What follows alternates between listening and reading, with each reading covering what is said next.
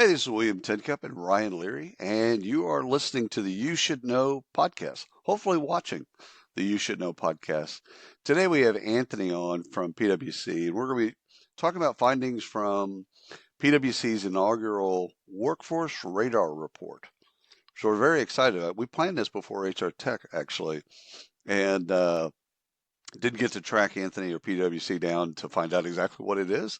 So Ryan and I are actually really excited to learn what is the report and obviously all the findings. So Anthony, how are you doing today?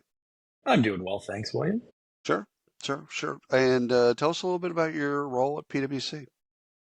Yeah, so I lead our human capital consulting business for PwC. So we call it workforce transformation. So it's Right. everything that we do around HR, talent, leadership, culture, compensation, rewards, workforce technology, AI. Kind of anything that touches a worker in terms of process, operation, technology is in our bailiwick. I've been in this game for almost 30 years. It kind of hurts me to say that, Mm-hmm. but I've always been in consulting and kind of always around human capital. And I get the good fortune leading this practice, this business. I get the good fortune not just to lead the business and be in the market, but also kind of to lead our research, our eminence, our thought leadership. And so, as a advisor, practitioner, and student of all things human capital and workforce, I enjoy my job every day. That's awesome. Just not always the case for Enjoying the many. job is a good thing. Yeah. Yeah, And yeah, don't worry, Anthony, don't worry. We only heard going on 10 years yeah, Right. yeah, yeah, for yeah. Because for you're the Yeah. saying, amount of looking time. at me, you're like, there's no way this guy My is No God, way. what were 30 you, years. No 8? way. You're I mean, I 8 years would old when you started? What are you doing here? have Exactly. said 7 years max. Yeah, yeah. Exactly. Exactly. Too Thank funny. you. I'm glad that your screen and your video is coming through fuzzy for me. Wait, never mind. It just cleared up. I got you now. I'm good. Now I'm done. Definitely No, I'm 30. Definitely kidding. 30. Definitely 30. Well, well, the cool thing about being in an industry for that many years is you get to see all kinds of change. I mean, just if we were to just go through any of the technologies, you've been through on-premise to Hmm. SaaS, Hmm. from SaaS to, mobile or responsive design to social to AI. Oh my goodness, what's going to happen? Like you've got to see several of these things that were supposedly, I goes, how are we going to survive this new onslaught of whatever? Only to find out, okay, yeah, it is a change. Yes, got it. However, it is another transformation. Hmm. Oh, I love that. I love talking to people that actually have stayed because you could have worked in 20 or 40 different industries. So like you could have done all kinds of different things, right? Yep. So the fact that you've And stayed, got to learn. you joke about that, like it's listening to you say it's like the technology landscape, but you just even think about 30 years, people even like in HR were talking about personnel, right? Personnel and Yeah, payroll, yeah. right?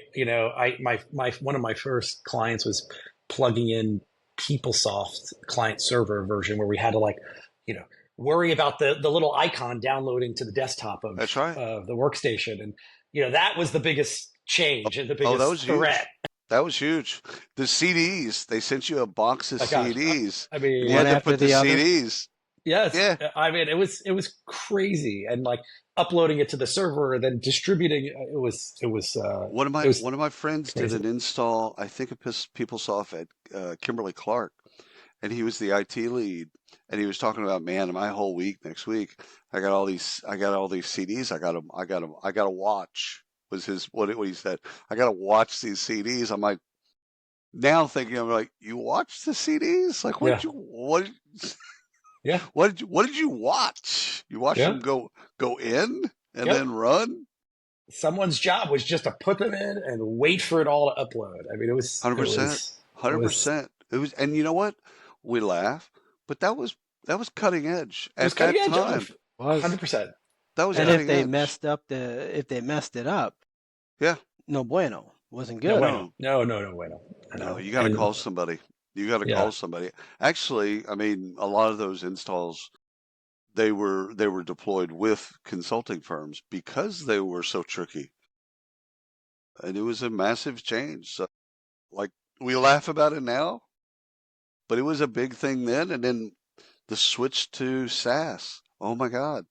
Like to not have it on premise, going through all that change and change management and transformation. So I actually I like that you have that experience. I mean, you have that experience, you've got client experience. So tell us a little bit about the why this report, why you wanted to do this.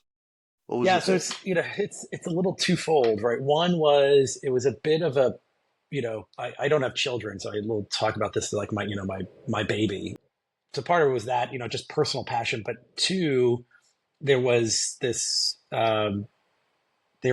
sort of gap in the market around what research is telling clients, and so we had this hypothesis. So this was 13 months ago. We had this hypothesis that you know, I've led a lot of research programs, around human capital trends, HR trends, and I've sort of studied that and leadership and everything. Everything kind of looks back. I spent time last Mhm. week at HR Tech in Vegas, and Yep. everything's kind of like, here's new. This is what people are doing now. Kind of get on the train, right? And we had this hypothesis that everyone's constantly looking back and saying, what is everyone else doing, and should I be doing that too? And nobody there hasn't been a piece of research that has said, here's the map, right? If You're you want right. to get from point A to point B, here's what you have to do. And so we went after this to say, and hence the radar idea was, is there a place where a piece of sky that we could color that would basically help us advise the market around what are the types of levers that they have available to themselves to actually achieve their business results. I know that sounds very consulting-y, and it's like sort of like, yeah, sure, like of course, like that's a Right. no-brainer, right? Like who doesn't want the things that help them meet their business results? You'd be shocked at how many HR organizations and how many HR functions, talent organizations, CEOs that really don't understand the workforce lever. And so we endeavored to really prove out, how do we give actionable insights that are future oriented, that are not pie in the sky, right? 2 to 3 years. We kind of kept ourselves bucketed at 2 to 3 years. What are the ways that they could evolve their workforce in order to meet their business objective, keep pace with change in today's environment, and drive that? What came of that was this concept of a radar, right? You think about it like spinning and kind of noting these different signals on the radar. And you say that's the GPS, right? I can take this route. Oh wait, there's a detour. I could turn here and I can save 5 minutes. Where do I have to do that? So it's not that here's the recipe book, go do these 10 things and you'll be successful, because in the end that it's great for marketing, but it doesn't actually work that way. And so we knew Glad that. you said it. Yeah, and I've read. I mean, if you look at my bookshelf next to me, I mean, I have so many books on like leadership and running business, Yeah. transformation, Yeah. and they all just basically regurgitate the same thing. Some executive retires and then says, "Oh, when I was leading XYZ company," and it's just we're saying the same thing. Like a lot of it is sort of sophomoric, and so anyway, we sought after this, and again, we recognize that there was an urgent need for businesses to really understand the workforce lever, to adapt technology more rapidly, and do so in this post-pandemic environment is very different. And so, it was a year-long research program. Myself and four other partners from my practice, we led the research. It kind of took us through 20,000. We did a 20,000 person input data input. We studied about 150 companies. We amassed all the data that PwC sits on and said, okay, how do we triangulate all of this information, right? And so that led us to Workforce Radar. We launched 2 weeks ago. It's been great pickup. I think we're really what's been great, and I shared a lot of this at HR Tech last week. It's been great is that whether you're a CHRO, a CEO, or you're a HR tech professional, there is meaning in all of this for everybody, because you can apply it. We constantly were kind of picking at each other, saying, yeah, that sounds good, but how would a company do that, right? And this company we research, like Lowe's and Fannie Mae, right? They're in the research.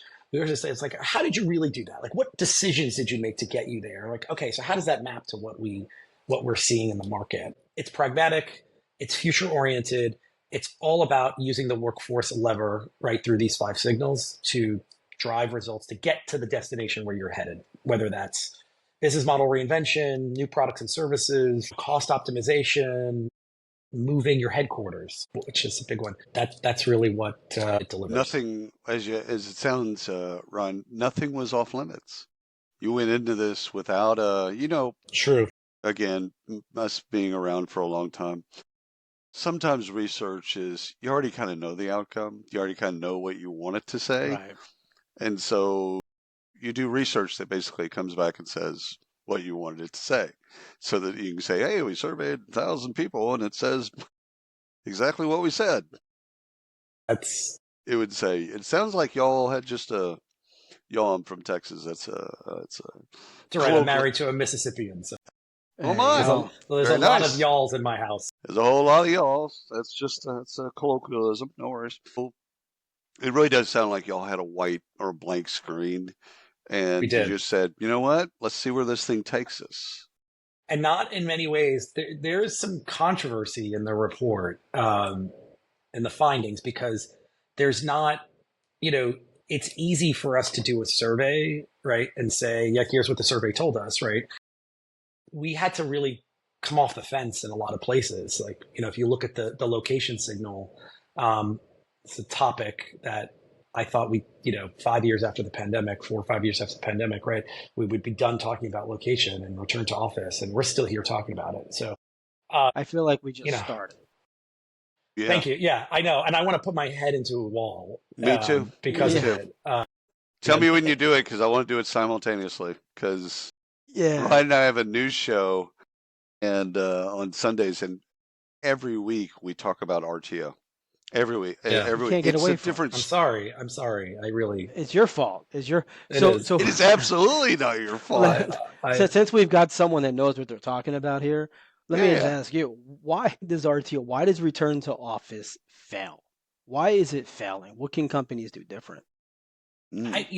So what's interesting in the research, we found that of all the employees, right, all the workers, right, because we looked at employees, non-employees, gig workers, all the workers, those that are most engaged and highest performing are hybrid workers, right? So hybrid is working, period, right? Highest levels of engagement, highest levels of performance, right? Followed by people working in person, right, on the job in person, interesting, in location. Third is remote. Right. Wow. And it's statistically significant. I mean, the numbers are not vast. It's not like 80% of hybrid workers hybrid workers are 80% engaged while, people in remote are 20, but it's statistically significant. And so, so that's one, Ryan, to answer your question. One is, hybrid workers are more engaged. Forcing doesn't work. That's the second point. The mandates are failing. Every company that is announcing, CEO says everyone has to return to the office. Doesn't work. Right, you disenfranchise the workers, right? You create a lack of trust, right? Yeah. It's people don't understand. Like, I don't know. We were extremely effective during the pandemic and productive. I'm still working. I'm going to the location. The second piece is because of that, they're going to those locations and they're seeing that. The third part is they don't understand. It doesn't work because they don't understand the value, the purpose of it. Right. We write a lot about we wrote a lot about this in the report and the research because location mandates are not working. We've proven that. So what's mandates without purpose? Like people are saying, I'm okay. I don't mind going to the office. Like I'm okay with it. Can we just understand what am I doing when I get there? What's the purpose of this location?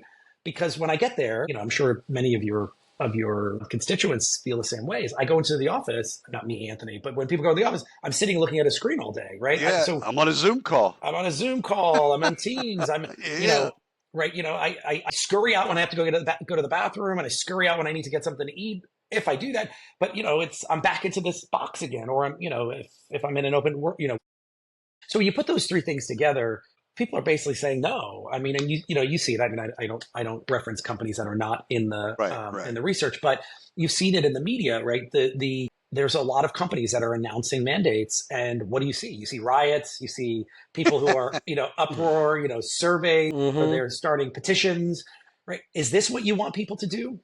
And the funny part is, which I will underscore, the fourth part, which no one is paying attention to, again, it was another one of the big surprises, is that what happens, and you'll see this in the intelligent enterprise, what happens when I free up all of that productivity, right? So in this signal, with the location signal, if I'm a hybrid worker and you're forcing me to go back to the office, fine, okay, whatever.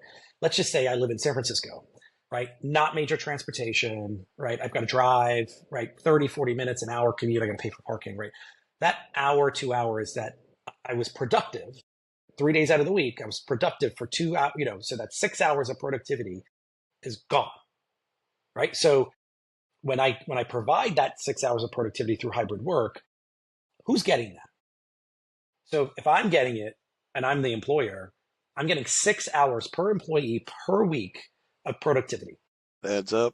So it adds up. You start to add up. You look at loaded cost rates, and you're in the hundreds of millions of dollars for some companies. And so, you see that, and what do you want your workers doing? I want them, especially with AI, I want them giving me that productivity back. I want that innovation back to me. I want them to put more into the job. So, this, we're sitting in this conundrum of, okay, I get it, right? I've been at work for 30 years. I understand the value of being in person and working with my colleagues. Full stop. I'm an office guy, right? Just for the record, I'm an office guy. That said, so I can't just tell people, hey, this is the way we all learned. Right. This is the way I grew up. This is how I learned how to do my It's job, different. is because I watched somebody do it. It's different. It's not like that. We didn't have these mediums. When I started my career in the 90s, there's no Zoom. There was no, I used to get on, conference calls, right? That was the exciting technology, right? Oh, you used to hover around the microphone, the speaker. Right, exactly. Yeah. Can you move closer? We can't hear Ryan. Can you move closer to the center? You're on mute. But we still do have the mute issue. We have the mute issue. We do have the mute issue. The hybrid thing's fascinating to me because I wonder how much of it comes down to choice and flexibility for people, for employees, and in the sense of it's not a mandate. I understand that there's a value. Maybe I do or don't understand that there's value, but I can choose. I get to choose when, I get to choose how or where, that type of stuff. I wonder how much of it's that. Like they get a choice in the matter. And I love your take. I love your research on purpose. There's a company here in Dallas, not to be named. They went to 1 day a week in the office. And it's on Wednesdays, but that was mandated. Everyone's going to be in the office on Wednesdays, and they're not going to work. They're just going to do soft skill development. And so they're going to have meetings and design charrettes and, like different things. But on Wednesday, you're going to work, but it's not going to be the work that you do. And it's a hybrid model as well. Like the rest of the office is open on those other 4 days. You can come or not come. But on Wednesday, you other than vacations and stuff like that, you got to be there. But it's fun. And like people understand. But there's purpose to that, William, right? I mean, you're when you that's a strategy. That's an actual strategy. That's a strategy. Yeah. How many CEOs have communicated that? Not maybe that per one, but a strategy around why they have Abbatiello. That's the when you look at when you correlate the second signal around location with the fifth signal around leadership and trust, right? The trust factor is decreasing, right? So you put this mandate, right, and trust in leaders and trust in companies, particularly public companies, is decreasing, right? So the trust index is going down, and so you put this mandate on them, and they're like, okay, the workers are saying, okay, for what? Right, and you don't have an answer. Again, people want to be led. I mean, I'm a student of leadership. Humans want to be led. They don't want to be out just roaming the earth freely. Maybe some do, but most people want to be led, right? And you look at study the Serengeti, right? People hunt in packs for safety, right? For food. See, people don't want to be alone. They want to be led. And so if you give them a reason and you give them that purpose, not only is it affecting the location, that's a strategy, but now you're engendering trust, right, in in the company and in leadership, and people are saying, okay, I get it. I may not like this, but I can understand why we're doing it. So okay, so now it's on me. And if I want that flexibility, right, to your point around the choices that we can offer, then that there are ways around. So the point about trust, Anthony, I think this is a big one. Loyalty, trust from employee to company, and how Mm-hmm. the leadership communicates. In William's example, you're going to come in on Wednesdays, but this is for development. Don't worry about work, Mm-hmm. right? You're gonna work at home. You're gonna do your thing. We need you to come in Wednesdays for development, right? The communication is key there, but that's not happening, obviously, for a lot of companies. We should say not every company, but what can a company do to help rebuild that trust? So the report touches on all this, but what are you seeing that companies are actually doing Right. versus pontificating on how to build trust and loyalty back into the rank and file of the company? Yeah, I mean the biggest thing, Ryan, is transparent communication. And I mean, you don't need me to tell you that I'm not a Mm-hmm. Rhodes Scholar, but in transparent communication, it can increase organizational trust by 35% overnight, right? Just being able to say, there's those simple frameworks of here's what I know, here's what I don't know, and here's what I'm committed to coming back to you with, right? Right. That makes it works. It works, and people say, I get it. You're being honest. The Yeah. irony is we went through COVID and the C-suite got great at this Mm-hmm. really Mm-hmm. quickly At least it because they felt that had way. to. No, it definitely felt that way because there was so much up in the air. They wanted to calm everyone down, make sure everyone understood the purpose, etc. So it seems like we got good at it on some level at the C-suite, and then all of a sudden, once things settled down and we got out of COVID, they went back to kind of 2019 for some reason. Is that, Yeah, first of it's all, that's my imagination, but is that I see ish? it across. I mean, I advise, and coach chief executives and senior leaders all the time, and I'm always talking about transparent communication. I talked with one of my clients this morning. You can't just lead by what you're doing, and you're really smart, and you know how to run this company. People don't not necessarily always want that. They actually want to hear that you're listening. They want to Right. know that you're being transparent and you're sharing. And actually, vulnerability is really important in today's world. Like, we are all humans, right? I don't have all the answers, but I'm committed to finding them. I'm committed to getting them, and I'll come back to you with that. But that's why I use RTO, right? When you just say, you know, Chief Executive X says everyone back to the office 5 days a week, right? And everyone's sitting back and saying, Hmm. for Mm. what? Right? If you Okay. said, okay, I want everyone back to the office 5 days a week, culture at company X is so important that we want to use the time in the office to invest in apprenticeship and collaboration. And so, we're investing in the resources to do that. On Wednesdays, we're going to have learning Right. days. On, Right. you're going to see new technology in the office to help you with collaborating with other locations. You're going to see opportunity. It's not just about like the workers told us they don't really actually care about food and the benefit, Yeah. fringe benefits in the office. Like, Yeah. Right. they Ping really pong don't. They care tables, about. none of that. I mean, it's like that's great. Sure, this all. They really care about fair pay, and after fair pay, they care about flexibility. They care about time off. They care about certain benefits. They really care a lot about, surprisingly, financial education, financial Yeah. wellness. Financial Really wellness. important. Yep. Really important. And so when you start to look at, we do a lot of conjoint analysis of preferences of workers in terms of so we can help companies select the right benefit programs and where they can reduce costs.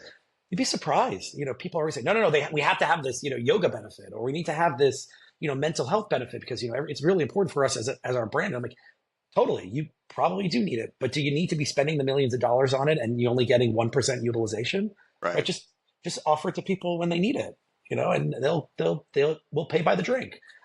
It's all of those things together, coming back to that transparent communication, just being honest and sharing that purpose, um, does really engender trust. It's a bedrock for firming up the culture of the organization. And culture is not just, like the placards and the mugs that say, we're collaborative people, we're innovative. Yeah. Rah rah. It's the way things get done around here, right? Yeah. It's the way leaders behave, right? If you have to tell people you're collaborative, you're You're not not collaborating. collaborating. You're not. Yeah. Yeah. So as we look towards the future, then what are we looking at in terms of challenges? What are companies going to be looking at facing challenges in the You're next bringing couple of us back years? to the report. I'm Oh, bringing us I back see to the what report. he's doing, Yeah. Yeah. I'm Anthony. doing my job. Come on. Yeah. I was saying, you're doing it well. You know, when you look to the future, I mean, let's talk about what's happening in the future, particularly in the United States, right? In the next 2 to 3 years, right? Obviously, we're looking at it, you know, change in president. So we'll have a new administration, right? Mm-hmm. Regardless of who wins. Right. But we'll have a change in administration, right? We have inflation, right? That, you know, continues to be, you know, volatile. I don't necessarily see it like that, but people feel like it is. Right? We have uncertainty about the economy. Again, we've had the fastest growth in our GDP than anyone else returning from COVID, right? Equity markets are growing. Economists are, I mean, you can go talk to 10 economists and they're all like, I have no idea what is going on. Yeah. Like And so, when you get them alone, they'll tell you right. that, not on a podcast, but Of course alone, not. they'll literally go, this doesn't make sense because these indicators are going this direction, but yet people feel completely different than what they should feel. And it's just, it is Mind-boggling. It's a climate of mind-boggling. fear. That's It's fear. Yeah. Well, we've become, you know, a culture of fear, right? There's been a lot of fear mongering, right? Especially in the United States. So you add those two. Then you add on, you know, we obviously geopolitical, right? We have 3 different wars that are happening, you know, with our allies. You add into that probably a decent amount of pent up consolidation that has to happen across industries, right? Agreed. So with capital being more expensive the last 3-4 years than it was the previous 10-15 years, you know, since the GFC, something's got to happen. Something is going to happen, right? You're going to see, I mean, we saw 45% of CEOs that we researched said that they don't believe their company is economically viable in the next 10 years, right? Poof, gone. Yeah. Like, Wow. gone. 40%, 45%? 45. Last year was 40. This year's, it's up, you know. It's a big number. Not going the right way. No, right? And you say that, it's like, But okay, what's happening? That means they have to innovate, right? That's or reinvent. That is, right? I mean, you look at some of these, you're seeing it happen, right? You're seeing consolidation happening in oil and gas, right? You're starting to see that happen in some, you know, big tech, and there's smaller pieces that are happening, right? So you see that in communications and telecom. I think we're going to see a lot of pent up change. We're going to see a lot of transformational change from a consolidation. So you look at all that, right? So every day I step outside, there's going to be a massive amount of change that's happening in the future. So, you know, when you look at that, it really, again, and hence the genesis of our hypothesis and how we got to this research, you know, you look at those things and you say, okay, for you to actually be successful, right? That's where we got to the 5 signals. So we said the 5 things are, one is you have to figure out, everyone has to be a talent magnet and a talent factory, right? So it's, you know, number 1 signal, not ranked wise, but that's the first signal. And we thought when we started this research, like it was an either or, like your talent magnet over here, your talent factory over here, kind of where are you along the sort of value chain? Yeah. You need to be both. So it's both. And then how much are you like it's 2 dials. So how much do you dial up each of them based on your business, right? If you're high growth, right? Talent magnet. If you are, right, stability, innovation, talent factory, right? Like develop capabilities versus acquire and attract. The second is location. We talked about that ad nauseum at the top of the show. The intelligent enterprise. It's really about, you know, how do we get our workforce technology, right? Human capital, like all the stuff that was at HR Tech, human capital cloud, you know, workforce experience, you know, how do we get ourselves ready for AI and generative AI as a whole? And then what do we do with that when we get that productivity gain? And how do we prepare for that? So like everyone, when we did our research, right, we talked to CHROs and CEOs, right, off the charts, numbers of people that are experimenting with generative AI, right? You're in the 70% in the executive ranks. Then you get it down to the individual contributor, the lower ranks, it's like 30-40%. So that should be reversed, right? We need our workers on the ground innovating with technology around generative AI. Let me ask you a quick question about that, Anthony, because I've had this thought, and I don't know how stupid it is. I'm willing to tell you the answer to that. Okay, fantastic, great. Somebody needs to. Ryan tells me every day, so does my wife. But however, this is around how we're going to learn generative AI and AI in general. Like it seems that the expectation is everyone go home and play, or everyone go home and try stuff. Why why isn't it the company, like going back to a return to office, why isn't it we're going to go and learn? Like we're going to try a different tool today. There's 8,000 different tools being developed every day. All right, let's try this video tool. All right, and then see what's there, what's not there, and what we can use for clients, and maybe what we can use for the business. Like it just seems that that could be an engagement model and a learning model at the same time. It's like, okay, we're all going to learn together rather than everyone go off in their own directions and go learn something that's bespoke. That again, when you learn something, you might not bring it up because you might think that everyone else already knows that. Like you think that your prompt is so unique, and all of a sudden, I know employees well enough to know that they don't want to look bad in front of their peers. Now, if everybody's in a conference room or everyone's on a Zoom call or whatever, and we try something, well, there's no bad idea. Well, what if we did this? What if we did that? It just seems like a wonderful opportunity to learn together. I agree. I think we have to democratize the learning, right? Upskilling is the big term, right? Upskilling everyone around generative AI, right? I'll use PwC as an example. We have 75,000 employees. We skilled everyone up on generative AI. We rolled out a My AI Academy. We have prompting parties. We get people together to talk about what are the right ways to use chat.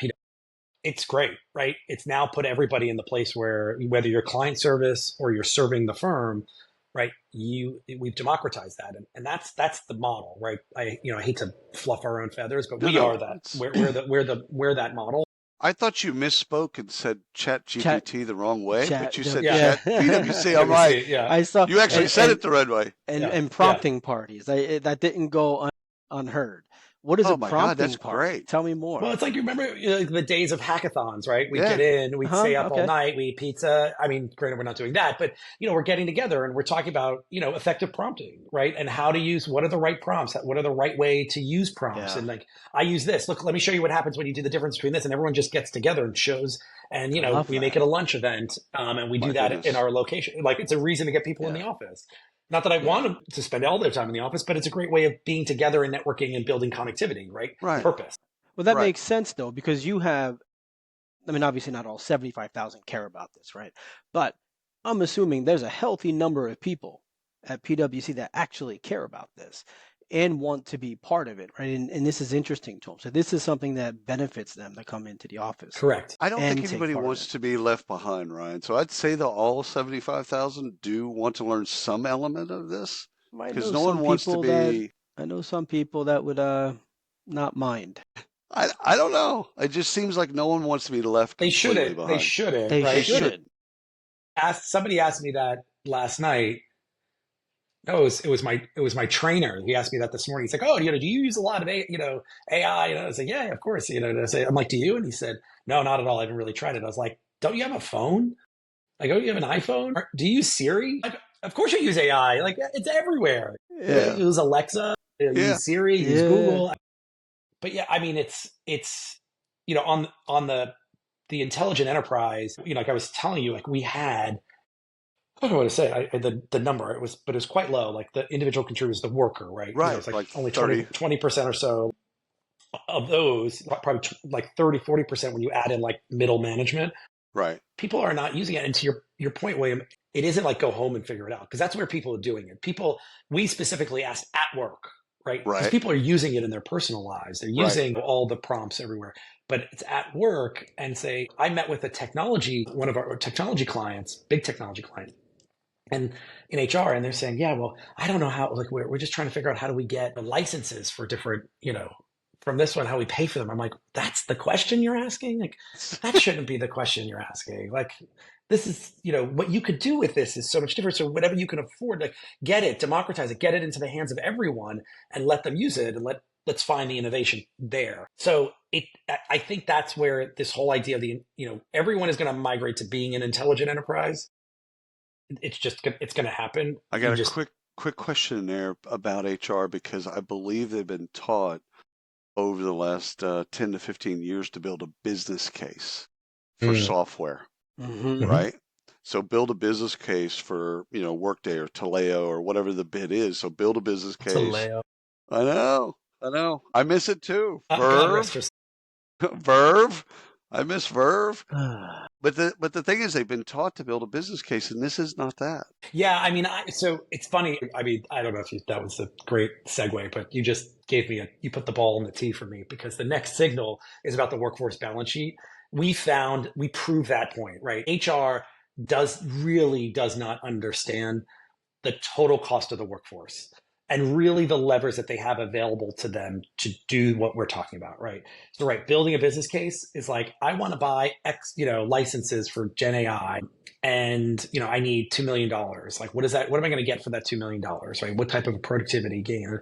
And then it doesn't happen. Whereas finance, right, for generations have been saying, right, we need to invest $100 million in a new, ERP platform, and we're going to do X, Y, Z. And great. Where do we sign the check? Right? HR needs to be that level of success and that level of hero in the boardroom. And so the workforce balance sheet signal, we focus all on, do you really understand, right? We asked every CHRO, right? How often are you asked by the CEO or CFO to reduce your headcount, to cut costs, right? Lead workforce reductions. Like the go-to answer is cut the cost of HR or go to headcount reductions, right? Just take a blunt instrument to the Right. workforce and just cut out as many heads as we can so that we can prove to the street we're doing better. It's like, that's the wrong answer. If that's what's happening, you've missed the opportunity. Your opportunity, CHRO, is to look at all of the accountable costs that you have in your workforce balance sheet, right? So think of it in like, it's not just HR costs, which,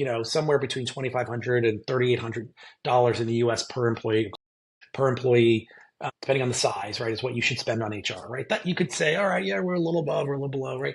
That's great. But a lot of the HR functions, what happens? Or when cut heads, or we're not hiring, all right, let's cut all the recruiters. Let's get rid of recruiters. We don't need to do leadership. Let's just cut talent development. And then what happens? A year later, we need to build skills, and then we got to hire back. We got to go hire consultants. And don't get me wrong, I have a job because of that. So, I'm happy for it. That's what they miss, right? It's this constant pendulum. And so look at the workforce balance sheet, understand where are the true direct and indirect costs. And it's, you'd think I'm speaking in tongues when I talk to clients about that, right?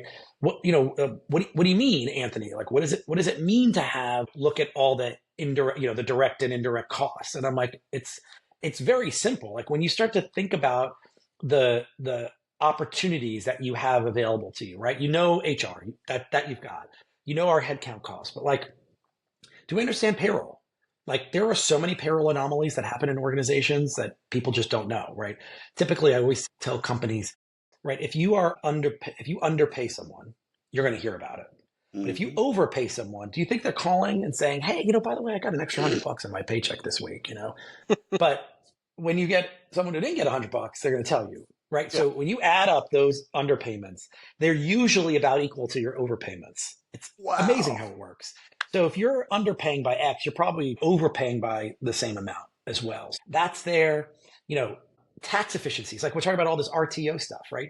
Mm-hmm. How are you paying? How are you accounting for tax liabilities for someone who lives in Utah, who says they're working in Chicago, who's traveling to this location, right? Where your office is, right? Where do you have your office locations? What's the labor mix? What's on balance sheet? What's off balance sheet? Right? What are the employee preferences? Like I was talking before about the conjoint analyses that we do around preferences of the workforce, right? Most workers are going to say, I'd rather another day of PTO versus some of these, fringe benefits you're giving us. So, right. Some of them are, and by the way, that could be a benefit, or I want a little bit more 401k contribution, right? Ding, ding, ding, jackpot. That's a tax benefit for you as an employer, a tax benefit for me as an employee. We'll save us both money by getting you and make the workforce believe that we're just doing it because they want us to do it. Right? These are all things that I can get. I tell companies all the time, and we saw it in the research, you could get $1,000 to $3,000 per employee by just understanding those preferences in savings. And that could be your full go to the board and say, we had one client that found $40 million of savings that they could get overnight. Wow. $40 million. That's HR, huge. right? I found $40 million. I can and go to the CFO, go to the COO and say, I can take out $40 million of cost. I want 10 million for my function to invest in development, to invest in upskilling, to invest in generative AI. You think someone's going to say no? You know, I'm going to give you 10 million when I can take 30 million to the How bottom line. fast can I say Yeah. yes? Right.